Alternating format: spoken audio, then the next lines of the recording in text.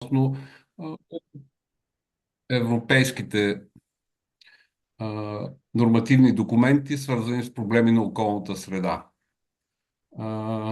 Настоящата серия от такива вебинари е подпомогната от Българо-швейцарската програма за сътрудничество и в рамките на един проект на 8 швейцарски и български организации, които са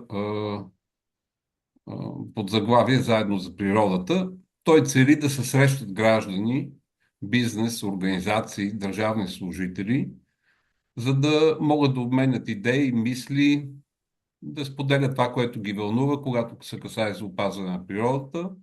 В рамките на нашата дейност на асоциацията в този проект, освен вебинарите, ние подготвяме един информационен лист на всеки 2 седмици, ако някой иска да се абонира за него. В него включваме актуални обществени консултации, актуални процедури по законите за опазване на околната среда, за биологичното разнообразие, коментари, информация за съдебни спорове, дела, решения на Съда на Европейския съюз и подобни, колкото гражданите и заинтересованите да се държат информирани.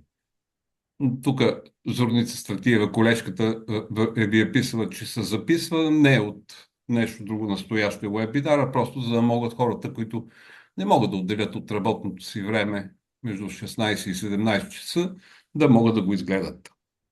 Много дълго дискутирахме вътрешно с коя тема да започнем и няколко сигнала, които получихме през последния месец, които са свързани с изсичане на дървесна растителност покрай пътищата и в градска среда, ни насочиха към темата за обезлесяването и какво се е развило през последните няколко години, през които не сме коментирали тази тема, тъй като ние имахме, мисля, че 2 вебинара преди 5 или 6 години, които са посветени на обезлесяването.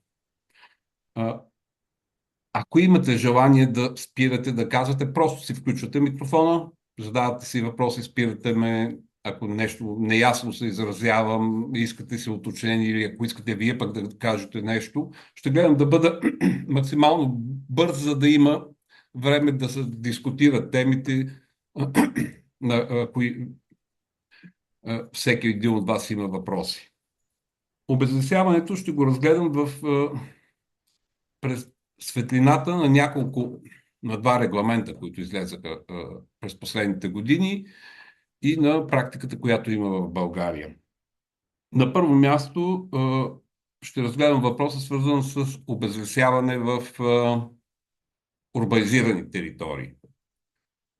В урбанизираните територии, нашите градове и населени места, няма правен термин обезлесяване, но пък има термин, който е много близък до него. Той идва от Регламента за възстановяване на природата, който се прие през 2024 година, регламент 1991, който е насочен, един от неговите членове, за опазване на зеленото покритие на градовете. Това е член 8. Той съдържа 3 елемента. Първият елемент е, че до 31 декември 2030 година държавите членки трябва да гарантират, че няма да има нетна загуба в общата национална площ на градското зелено пространство и на покритието от дървесни корони в градските зони, определени в съответствие с друг член на регламента, като позволява да се изключат такива градски зони, в които имаме над 45% заети от зелени зони и покритието на дървесните корони е над 10%. Вторият член е, че от 1 януари 2031 година държавите членки трябва да постигат нарастваща тенденция за обща национална площ на градското зелено пространство, включително чрез интегриране на различни мерки в сградите и инфраструктурата. И третия параграф на този член е, че държавите членки постигат в рамките на всяка градска екосистемна зона нарастваща тенденция на покриването на дървесни корони и на зелени площи. Този регламент, той е в сила в България, не се нуждае от някакви документи, които национални, които да го прилагат. Той касае всяка една организация, всяка една държавна администрация или местна администрация, която взима решение във връзка с проблемите, които разглежда регламента. Ще дам един пример от днеска. Днеска мисля, че беше Общинския съвет в Смолян взе решение да обяви за публична общинска собственост едни имоти в квартал Устово, които в предишни решения на Общинския съвет бяха определени за изграждане на фотоволтаична централа. Тези имоти бяха покрити с гора и всъщност регламента би трябвало да бъде отчетен от Общинския съвет, когато взима подобни решения, когато е решил да ги отдели за фотоволтаична централа, но той не го е направил и това би било нарушение на регламента. За да ни е ясно какво означава градско зелено пространство, градското зелено пространство съгласно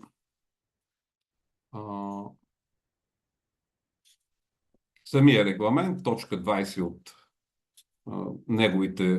неговите термини, се казва, че градското зелено пространство означава общата площ, заемана от дървета, храсти, хръсталаци, постоянна тревна растителност, лиши и мъхове, езера и водни течения, които се срещат в градовете или по-малките градове и предградията, изчислена върху основите на данните, предоставени от услугата за мониторинг на земната повърхност в рамките на компонента Коперник или други данни, ако има по-точно. Тоест, виждаме тук, че в регламента няма никакво значение за какво са предназначени тези имоти, които бих казал в регулационните граници на нашите населени места. Те могат да са предназначени за голямо строителство, ако в момента са заети от зелени площи, то когато се взима решение за тях, трябва да се отчита задължението на всяка община да не намаля покритието от градското зелено пространство. Покритието от дървесните корони като термин означава общата площ на дървесната покривка в градовете и в по-малките градове и предгради, изчислена въз основа на данните на плътността на дървесната покривка, предоставена от услугата за мониторинг Коперникус. Тоест, този регламент задължава всяка една община, когато взима решения, свързани с застрояването на територии, които са в границите на населените места, да отчита, че не трябва до 2030 година нейните действия да водят до намаляване на покритието от дървесни корони и до намаляване на незастроените площи. Малко общини са чували и не съм чул още нито една да го е прилагала този регламент. Има няколко съдебни спора, в които той е използван. Мисля, че в споровете за град Русе ни дървета по улиците на града. Беше използван при споровете за урбанизиране в Сливен. Има използване в различни съдебни дела. За сега съд български не се е произнасял, или поне на мен не ми е известно. Но това, което може би трябва да запомним и да всеки един от нас, че до 2030 година ние трябва да опазваме тези площи, а от 2031 година трябва да почваме да ги увеличаваме като покритие на дървесни корони. Няма да коментирам, може всеки един от вас, който го е чел или може да го отвори, да го прочете, има самия регламент, доста добри мотиви, защо трябва да има повече зелена покривка в градските райони, как води тази покривка до намаляване на замърсяването на водите, понижаване на летните температури, изграждане на устойчивост прямо климата, опазване на природата и биологичното разнообразие. В регламента е посочено, че 22% от сухоземната площ на Съюза всъщност представлява различни по характер урбанизирани територии. Вярно е, че в тези 22% са включени огромни части от така нареченото рехово урбанизиране в държави, в които има фермерна урбанизация, т.е. отделни къщи, ферми, които са сред собствените си земеделски земи. С това мисля да спра темата с обезлесяването в населените места Едни колеги от Община София му питаха ми как тогава ще строим. Много просто. Предварително, ако трябва, знаем, че ще трябва да имаме някакво отсичане на дървета или даже в рамките на поддръжката на дървета, ще трябва да залесиме предварително. Дървета, които да запазят поне площта на дървесни корони.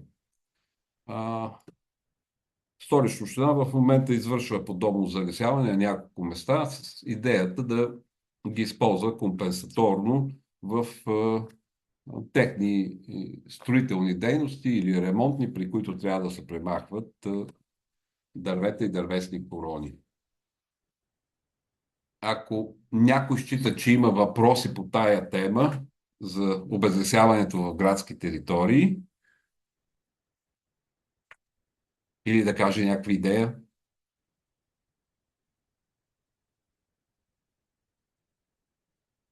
Не виждам. В така случай да преминем към обезлесяването извън градовете и извън горските територии. Тук ще спомена, че обезлесяването е включено в приложение 2 на Закона за опазване на околната среда, в част селско и горско стопанство, където е записано, че всички инвестиционни предложения, водещи до първично залесяване или обезлесяване с цел промяна на предназначението на земята, са включени в това приложение 2.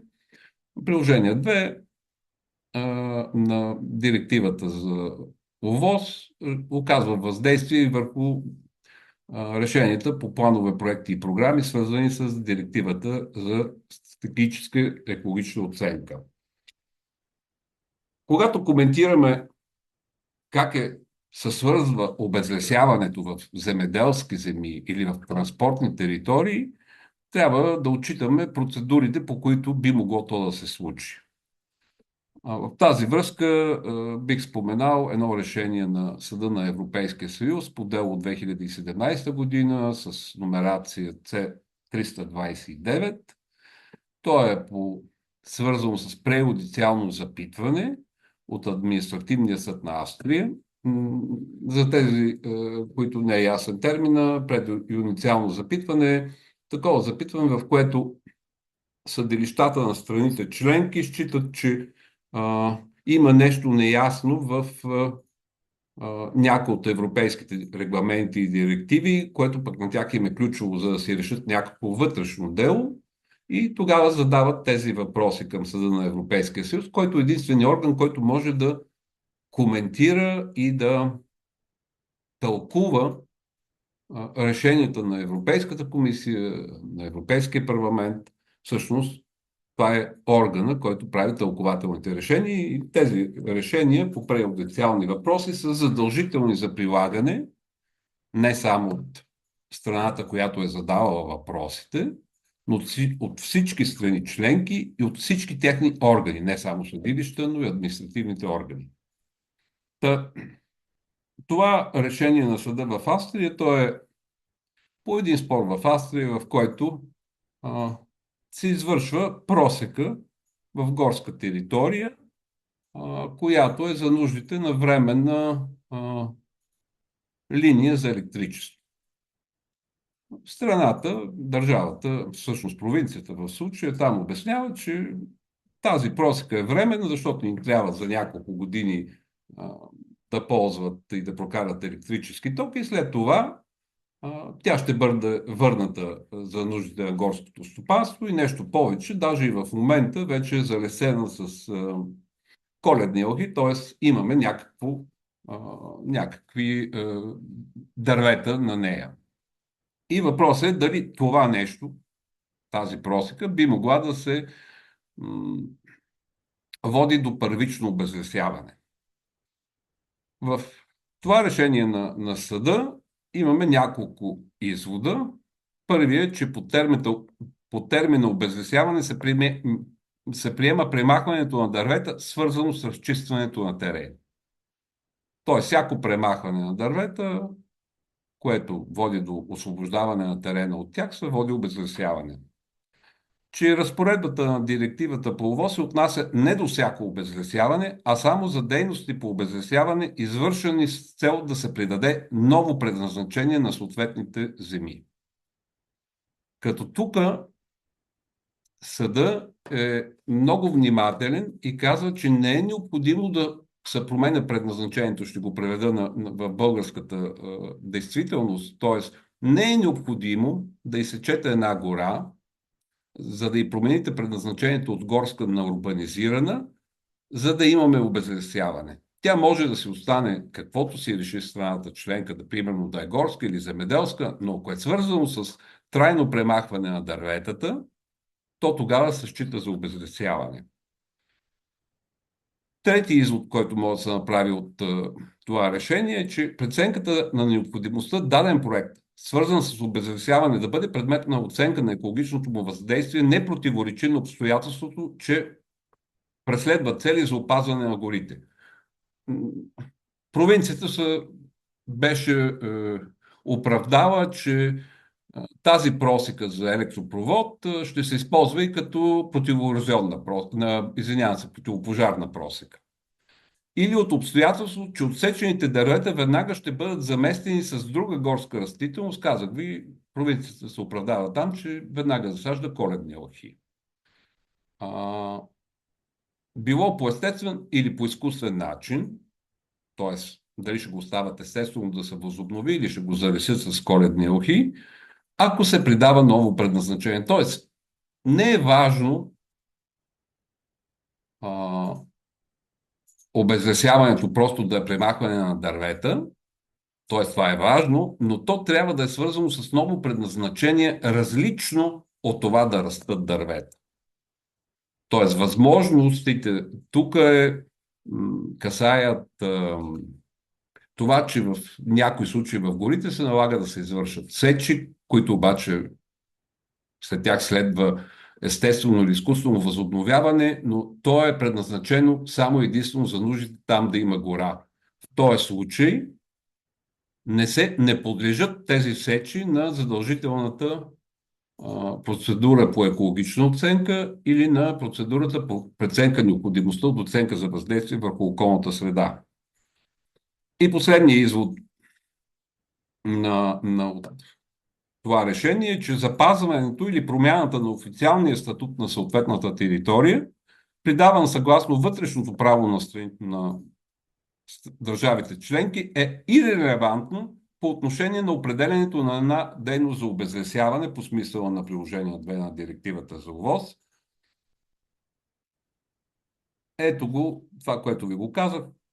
Какво считате, т.е. какво счита страната членка, че като е горска територия и го разчиства, това означава, че но го запазва като горска територия, но му придава функции, примерно за просека, за писта или за електропровод, то се счита за обезлесяване и задължително се включва в термина на приложение 2 на директивата по ОВОС, респективно в обхвата на директивата за екологична оценка.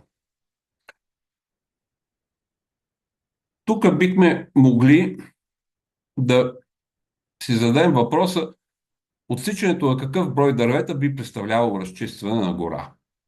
В този смисъл, при липсата на дефиниране на термина в директивата и в решението на съда, съгласно постоянната съдебна практика, определенето на назначението и на обхвата на термините, за които правото на Съюза не дава никакво определение, следва да се извършва в съответствие с обичайното им значение в общо употребимия език на страната членка, като се вземат предвид контекстът, в който те се използват и за целите за правната уредба.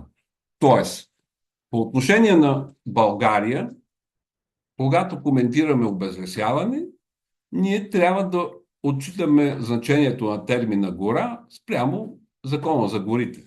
Знаете много добре, че в него има няколко възможности. Те са 7. Едното са земи, заети от горска дървесна растителност с площ не по-малко от 1 декар и височина дървостой зряла възраст не по-малко от 5 метра.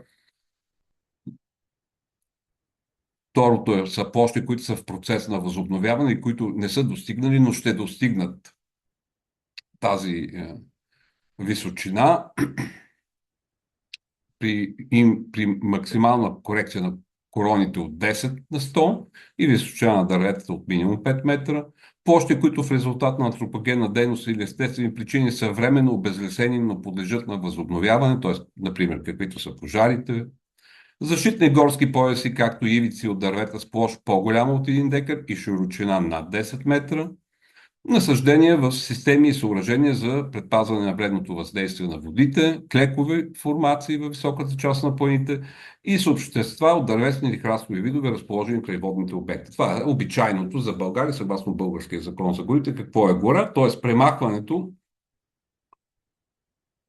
на, на дървета на площ над 1 декар би било включено в обхвата на термина обезлесяване. Обезлесяване с цел промяна на предназначението на земята, бихме могли да кажем, че включва разчистването чрез премахване на дървета с предназначение и за нужди различни от това тази територия да заета от гора и разчиствените дървета да са част от съобщества, попадащи в определението на термина гора по член 2, алинея 1 на Закона за горите. Защо ни е важно да го знаеме? Защото в земеделските земи доста често имаме гори. 10% от българските гори всъщност се намират в земеделски земи. Много често практиката на общините, които издават разрешенията за премахване на дървета в земеделските земи, изобщо не включва да се обръщат към компетентния орган по Закона за опазване на околната среда, който да се произнася в процедура по Закона за опазване на околната среда. Това все още се среща, преди беше широко разпространено, сега по-малко е разпространено. Втория сериозен проблем, който ние виждаме от Асоциацията на парковете, е, че даже и да го имаме това разрешение за отсичане на площ над 1 декар, доста често колегите в РИОСа се произнасят не по процедурата на Закона за опазване на околната среда, а за ОВОС, респективно за екологична оценка, а се произнасят в рамките на процедурата по член 31 на Закона за биологичното разнообразие, което пък лишава гражданите от възможността да участват в процесите на взимане на решения. Тази практика би могла да се поправи, ако когато имаме случаи за премахване на дървесна растителност, независимо къде е, дали е в транспортни територии, дали е в територии заети от водни обекти, дали е в територии заети от земеделски земи, и тази площ е над 1 декар, заета от горско-дървесна растителност, по отношение на широчината, тъй като в Закона за горите се коментира над 10 метра, също трябва да отчитаме, че това е фактор, който трябва да се отчита в едно административно производство. Тези инвестиционни предложения или проекти, планови програми, които ги предвиждат, те би трябвало да се произнасят и да преминават през процедурата за преценка на необходимостта от ОВОС, респективно през процедура за преценка на необходимостта от екологична оценка. Произнасянето по Закона за биологичното разнообразие е допустимо за Закона за биологичното разнообразие, може да се комбинира с процедурата по преценки по Закона за опазване на околната среда, но за гражданите е ключово те да бъдат информирани предварително. В някои от предишните уебинари сме коментирали как се прилагат двете директиви и как, за да може да се счита, че се прилагат правилно, гражданите трябва да бъдат информирани на най-ранен етап. Тоест, когато инвеститора внесе съответното намерение в съответния компетентен орган. Решение извън това, т.е. когато компетентният орган се произнася с писмо по Закона за биологичното разнообразие по член 2 от наредбата, не отговаря на стандартите за прилагане на европейско законодателство. И то може да бъде оспорено пред съда и съответно да падне, ако съответното обезлесяване за него е издадено писмо по член 2 на наредбата за оценка за съвместимост, защото то изключва точно предварителното съгласуване, предварителното информиране. Това е едно друго решение на Съда на Европейския съюз по един случай на остров Коз в Гърция, откъдето излиза и този извод. Тоест, за да считаме, че имаме обезлесяване в транспортни територии, в територии заети от водни обекти, много често се върши по отношение на така нареченото почистване на реките.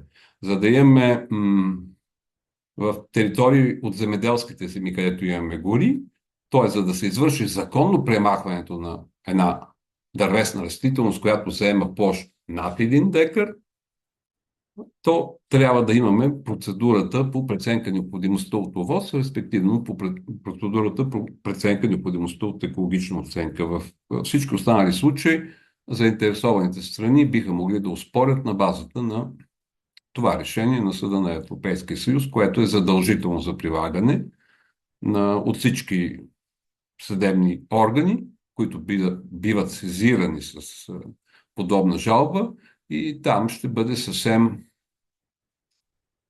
константна практиката, ако някой се позове на това решение на съда. Това мисля, че е достатъчно по отношение на горите в земеделски земи, в водни обекти, за транспортна инфраструктура. Трябва да знаем, че разстоянието от 10 метра, за което се отнася да един обект, за да бъде прият за гора, не касае съобществата от дървесни храстови видове, които са покрай реките, и не касае границите на имотите. Тоест, ако сервитута на един път е 5 метра и той навлиза в територия, която е заета от дървесна растителност и е земеделска, този сервитут от 5 метра, който обикновено и граница на имот, или от 2 метра на самото шосе, в зависимост от неговата големина, не може да се гледа само по отношение на имота, се гледа по отношение на естественото разпространение. Тоест, ако имаме една гора там от 200 декара в земеделски земи, която опира на трасето на пътя, то тогава ще е задължително да се проведе тази процедура. По същия начин стои въпроса с реките. Там даже нямаме изискване за широчина на гората, което идва от Закона за горите. И същото е по отношение на горите земеделски земи, т.е. горе-долу трябва да помним, че всичко над 1 декар попада в обхвата на термина обезлесяване, когато се отнася за премахване. Това ми е, мисля, че достатъчно по тая тема. Дали имате мнение, въпроси, коментари? Това не е хубаво. Това означава, че просто не мога да ви агитирам да се включите. За целта е да обменяме мисли, а не просто да изнасяме някакви лекции. Отново казвам, нашия опит, който имаме, е да създаваме пространство за дискусии, да обменяме идеи. Само да знаете, пак в рамките на българо-швейцарската програма са предвидени и традиционните годишни обучения на Асоциация на парковете. Надяваме се в края на май или началото на юни да ви поканим на едно едноседмично обучение, където пак събираме хора от всички групи, от бизнес, от държавна администрация, от неправителствени организации, от граждани, за да дискутираме спокойно и с идеята да постигнем по-голямо разбиране върху проблемите, които стоят пред България. Третия въпрос т.е. последната тема, която искам да коментирам, е обезлесяването в горите. Няма да извеждам нищо различно от това, което до момента чухме, т.е. и за горската територия, когато е свързано с промяна на характера от гора да го направим дивечова нива, ние не го изключваме от горските територии, то става дивечова нива, това подлежи на процедурите по преценка на необходимостта от ОВОС или екологична оценка, или пък да разчистиме един път, където площта, която разчистваме е над 1 декар. Всичко това нещо би подлежало, за да може да се процедира законно, би подлежало на тези процедури по Закона за опазване на околната среда. Тук новото, което от предишните дискусии мога да кажа, е приемането на регламента 1115 от 2023 година за обезлесяването, така известен AUDR регламент. За те, които, на колегите от Изпълнителна агенция по горите, изобщо от горските, знам, че са информирани. Всъщност, трябва да похвалим Изпълнителната агенция по горите, че за разлика от другите компетентни институции в лицето на НАП, респективно митниците и на Българска агенция за безопасност на храните, колегите от тях си вършат чудесно работа по информиране как тече подготовката за прилагането на този регламент и за което заслужават поздравления. Тук ще спомена няколко неща за този регламент. За те, които не са чували за него, той е свързан с спиране на обезлесяването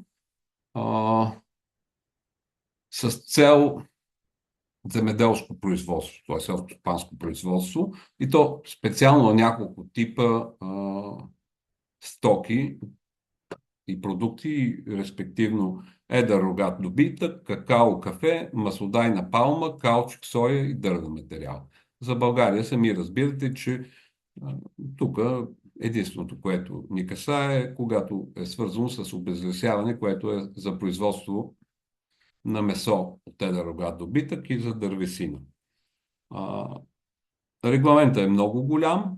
Към настоящия момент има вече 2 отлагания на неговото прилагане. Това, което ни касае в случая с обезлесяването и когато и ако влезне изцяло, защото всъщност не се оспорват целите на регламента. В момента се дискутира как да се прилага, т.е. как да бъде контрола по отношение на проследяването на произхода на килограма кафе, който ние си купуваме от магазините. Цялата идея на този регламент е след 31 декември 2020 година стоки от този тип кафе, каучук, соя, месо, дървесина, които са добити от гората, да не идват от унищожаване на естествени гори. Регламентът е доста голям, отново казвам, в момента е само частично приложен по отношение на терминологията, по отношение на наказанията, което създава ангажименти за изменение на доста закони, които в България не са изменени, за да може да имаме тези справедливи наказания, които включват до 4% от годишния оборот на съответния търговец, ако допусне на пазара в Европейския съюз продукти, които произлизат от такива територии, които са обезлесени след 2020 година. Това, което трябва да знаем и което е различно от Закона за горите, е различният термин на гората. Според регламента, според неговия член 2, обезлесяване означава преобразуването на гори за селско-стопанско ползване, независимо дали е предизвикано от човека или не. Съгласно същия този член, гора означава земи, които се простират върху повече от 5 декара, с дървета високи над 5 метра и с покритие на короните над 10% или дървета, които могат да достигнат тези стойности на място и която не включва земя с преобладаващо селско-стопанско или градско ползване.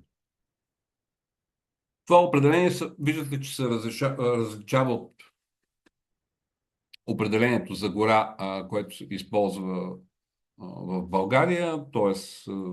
ключовото тук е в случая големината на този парцел. Той трябва да е по-голям от 5 декара. Какво ни касае и какво е ключово по отношение на обезлесяването на горски територии във връзка с селско-стопанското им ползване. Това, което трябва да знаем, е, че пълното прилагане на регламента в България ще означава по отношение, той ще е полезен за борбата с обезлесяването, но той ще е много ограничен за България. Отново казвам, при нас е само дървесината и месото. И като обезлесяване със сигурност ще трябва да си промениме някои от практиките в България. Например, този регламент не допуска голите сечи с последващо изкуствено възобновяване в естествените насаждения, каквито са от келеви, габър и мъждорян. Т.е.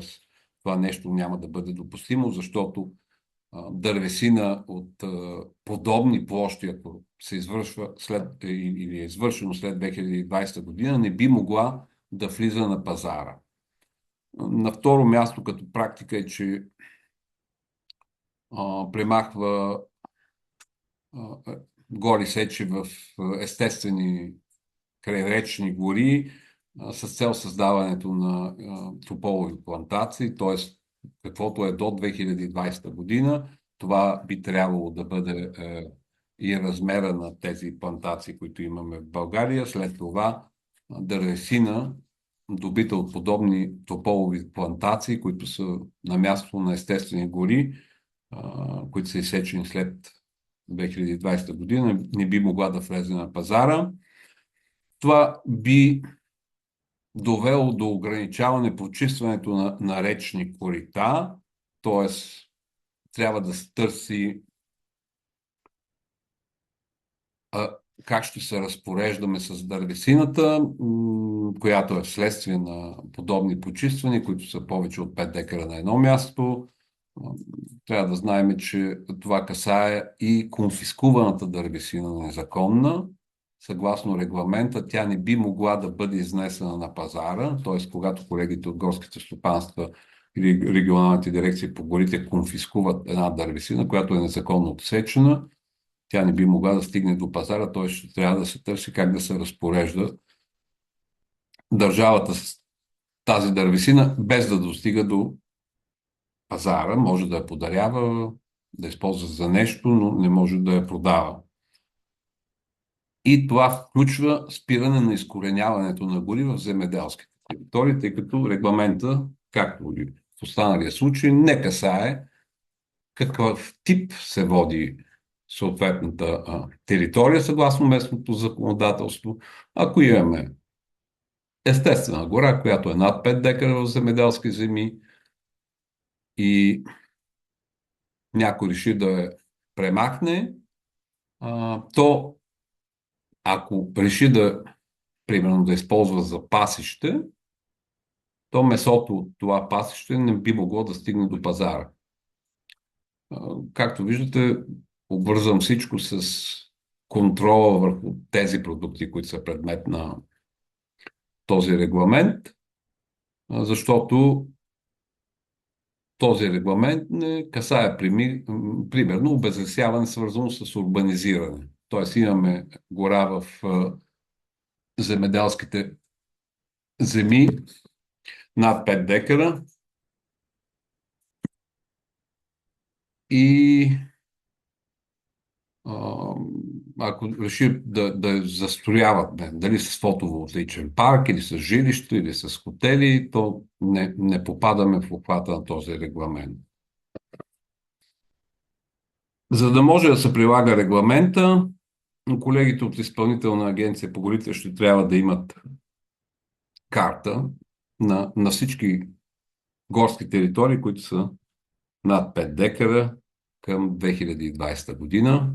По същия начин, за да се прилага правилно регламента за възстановяване на природата по отношение на урбанизираните територии, отново ще трябва да имат карти общините по отношение на дърветата към 2024 година, 18 август.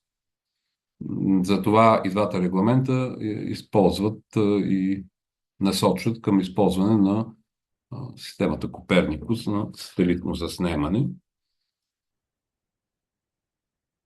За да може да говорим за прилагане на регламента срещу обезлесяването, ще трябва да почакаме, доколкото наскоро беше, няколко месеца няма, с който отново се отложи прилагането, като се оспорва по какъв начин ще се контролира от продавачите. Примерно, как те ще доказват, че месото, което продават, или какаото, което продават, или соята, която продават, ще не произлиза от такива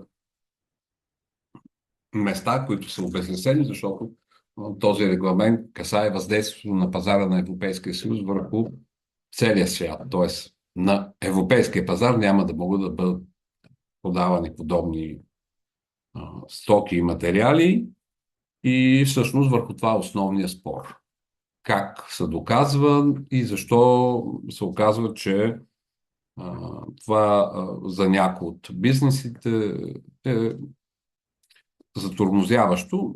Интересното, аз си направих труда да проверя съгласно оборотите, които имат основните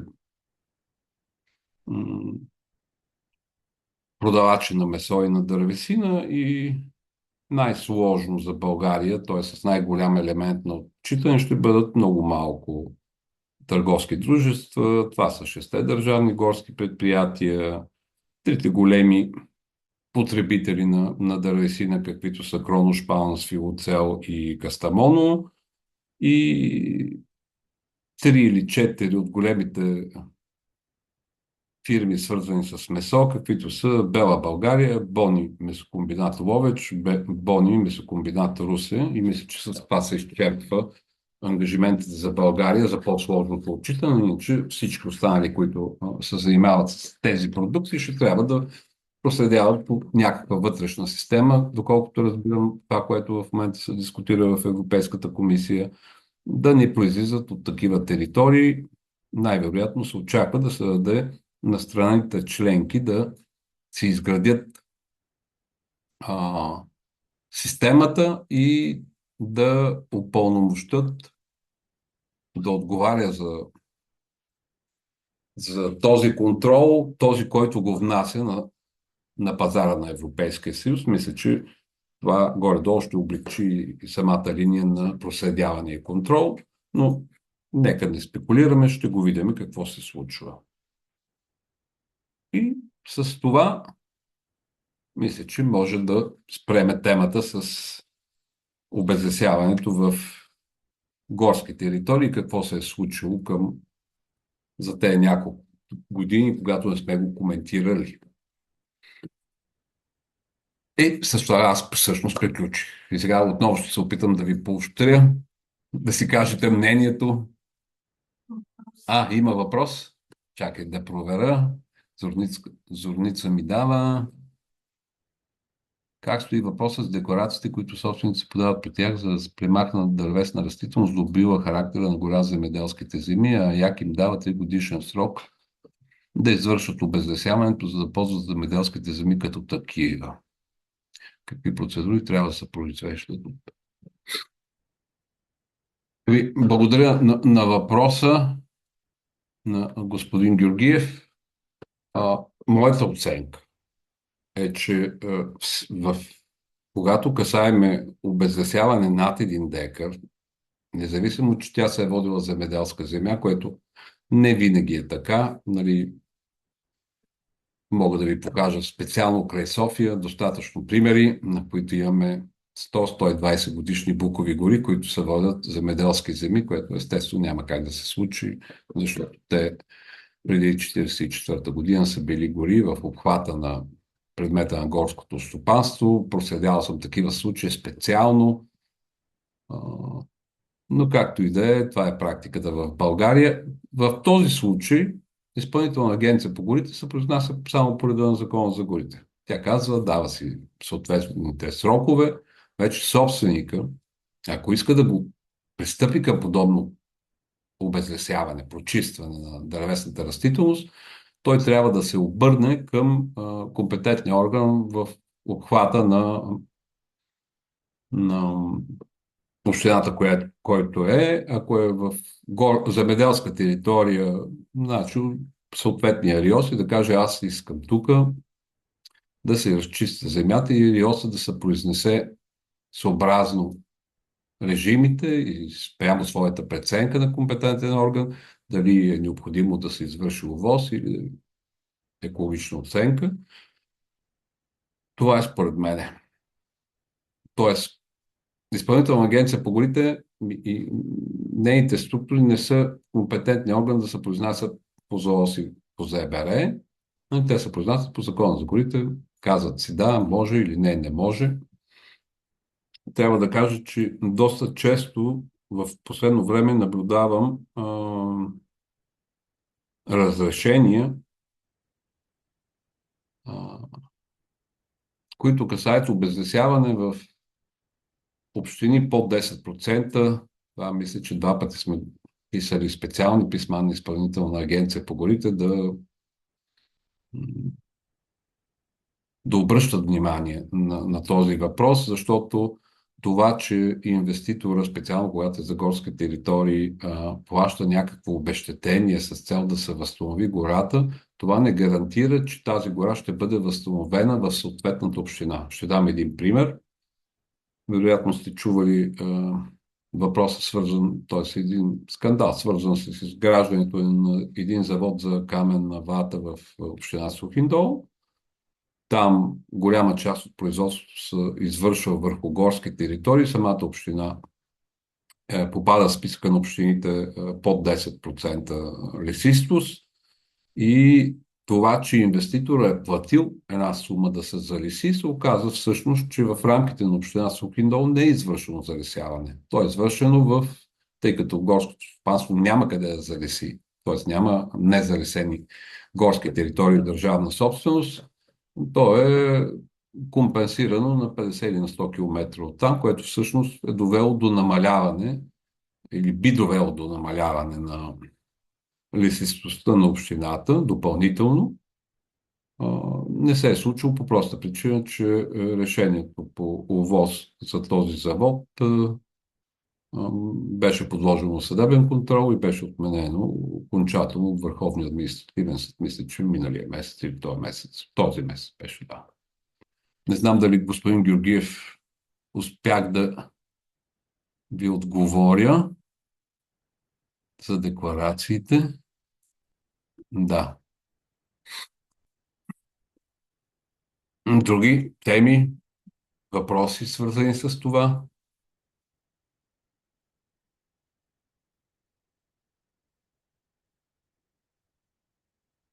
Не виждам. Айде, докато се престрашите, да кажа само, че компетентните органи в общия принцип на административното право трябва да разглеждат, когато решават един случай, всички факти и обстоятелства по отношение на въпроса, който разглеждат. Като казвам всички факти и обстоятелства, имам предвид, че не могат да се затворят очите, когато някой закон, който самия орган не прилага, е нарушен. Ще дам един такъв идеален пример, т.е. пристига в регионалната инспекция по околната среда и водите инвестиционно намерение за разчистване на 10 декара гора, независимо земеделска горска територия, 10 декара гора в тази община, в която лесистостта е под 10%. Да, РИОСа не е компетентен орган, той не може да се произнася дали това е така или не, но за да може той да се произнесе в една процедура, независимо дали коментираме ОВОС или екологична оценка, той трябва да изисква от компетентния орган по служебен път да се произнесе. Преди той да вземе решение, защото произнасянето, особено в случаи, в които става въпрос за обезлесяване на земеделски земи, то решението на РИОС е предпоследно решение. След това идва просто решението на кмета на съответната община, който дава разрешението. Тъй, че Споделям го, защото в рамките на този бюлетин, който пускаме, т.е. този информационен лист, който пускаме през последните месеци, наблюдаваме много процедури, специално по отношение на гори и свързани с гори и обезлесяване, които просто а, колегите от РИОС, от МОСВ си правят, че не съществуват останалите закони.